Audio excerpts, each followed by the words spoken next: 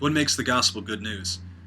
The gospel is good news because it's about Jesus the Christ, God's long-promised rescuer and ruler, who came into the world and lived our life, who died our death, who rose again in triumphant vindication on the third day, who ascended to the right hand of the Father, and from his throne sends his Spirit into the world to gather together forgiven sinners who will live under his gracious reign as God's kingdom people.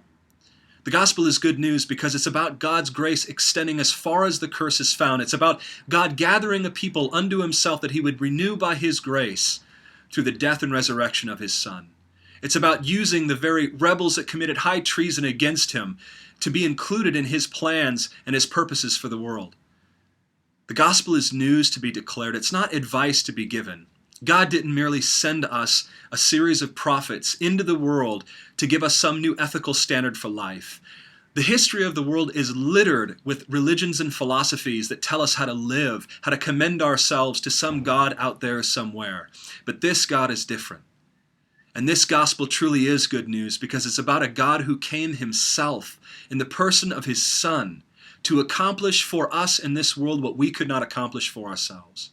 And it must be declared as news. It must be preached and taught and proclaimed and declared because it's for everyone to believe. And this is why we invite people to come out for Easter service, because we want to preach and proclaim the glorious news of Jesus Christ, the risen one, the one enthroned who is still at work in the world, who is making an appeal through the church to the world to be reconciled to God.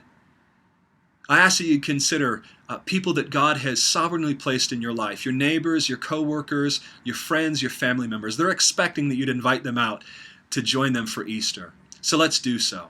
And may God be glorified in our time on Sunday.